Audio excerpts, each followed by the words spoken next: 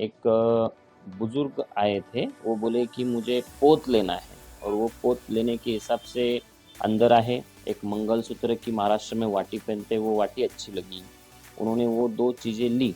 वो वाटी जो पेंडेंट है वो सुपुर्द किया और तो भी वो बोले कि हमसे कुछ ना कुछ तो लो। तो उनके आशीर्वाद रूप मैंने आजी से 10 और वो बुजुर्ग अंकल से 10 ऐसे 20 रुपए लिए। आज भी वो मेरे पास है। चोरों की रिस्क है, लुटेरों की रिस्क है, फिर भी इतनी उम्र में अपनी बीवी के लिए एक एक रुपया मांग के उन्होंने जमा किया है।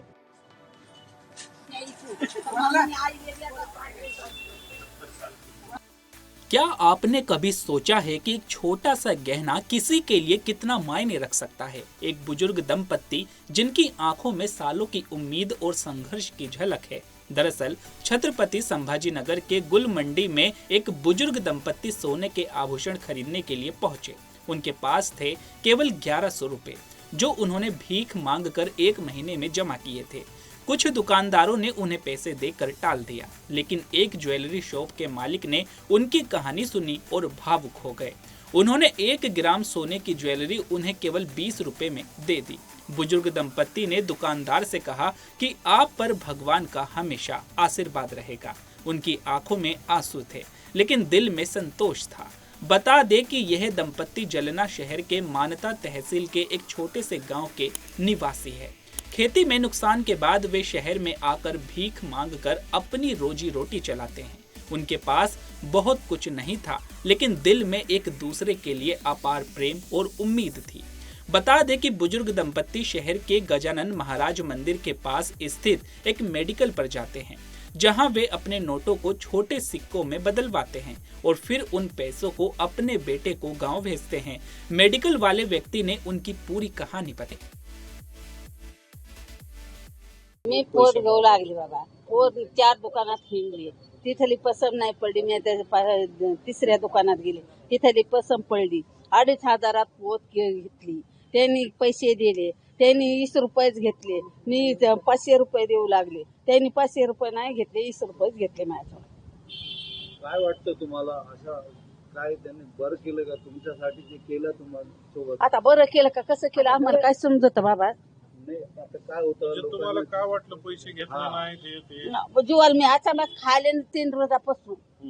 हे काय आहे काय नाही, काय आहे काय नाही काहीच म्हणून. नाही, पण तुम्ही एक एक रुपया गोळा करता, एक-एक रुपया गोळा मागून एक एक रुपया, त्याच्यात तुम्हाला तेवढी पोत मोफत मिळाली, फुकट मिळाली.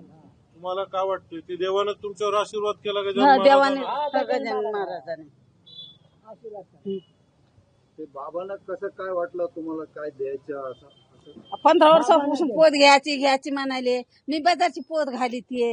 एक घेतली, गाण टाकली 10,000 मध्ये. परत हे पडले होते म्हणून त्याच्याने ही केली. तर ही बाजारची घातली 50 रुपयाची. ती ढवळी झाली. दुसरी आणू लागली तर हे असं झालं. कट्या आपल्या खायला तुझं तेव्हा खायला नव्हतं ह्याच्यात. 15 वर्षापासून तुम्ही पोत द्यायची असं भानगड सुरू होता. हा, काय कारण पोत असं द्यायचीच म्हणत? द्यायची म्हणजे आपली इच्छा. करायची हौस इच्छा होती. हा, बरोबर. घर सोडून म्हणून घर सोडून आम्ही म्हणा करायला भिकार मागतो आम्ही.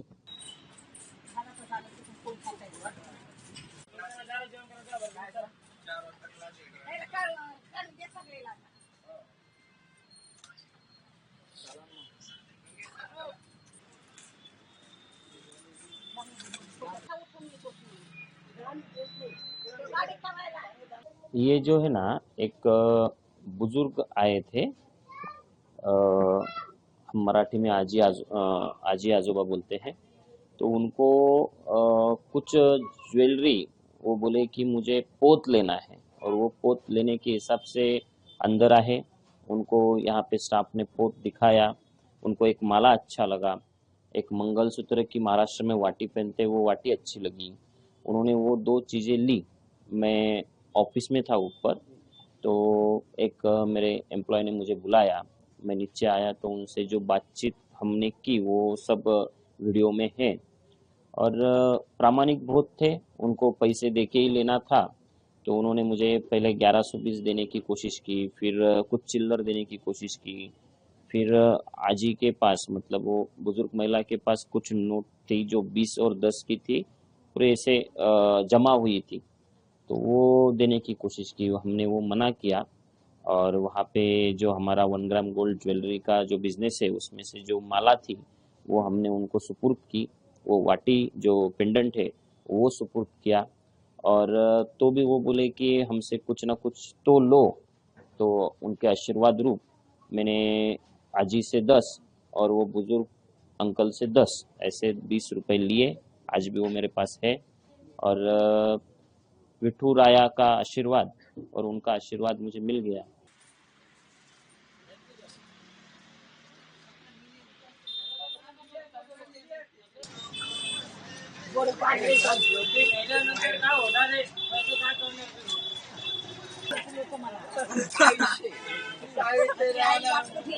पचानों की उम्र में सिग्नल पे रिस्क है, गाड़ियों का रिस्क है, मंदिर के बाहर रिस्क है, रात में वो मंदिर के बाहर सोते, चोरों की रिस्क है, लुटेरों की रिस्क है।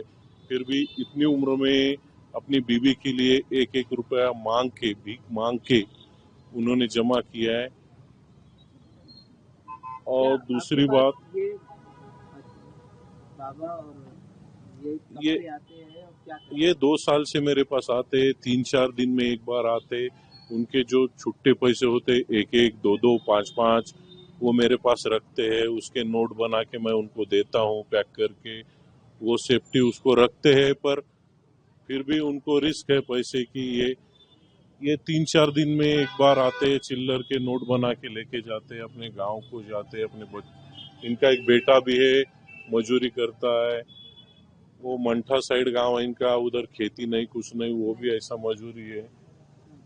इसलिए वो कर्जा था इनका, इसलिए ये औरंगाबाद आए। बच्चे ने इनके कर्जा कर लिया था, इसलिए ये औरंगाबाद आए काम करने के लिए। पर बाबा तो काम नहीं कर सकते, उम्र ज्यादा है। तो इनके दिमाग में आया कि चलो मंदिर के बाहर दक्षिणा के रूप में पैसे ले लें। और वो वैसे ही मंदिर के बाहर पैसे मांगने लगे लोगों से।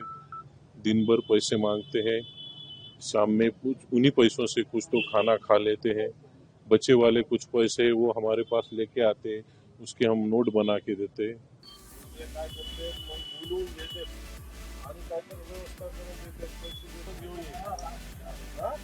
काही भीती वाटली तर मला सांग. मुलगी कुठे आहे?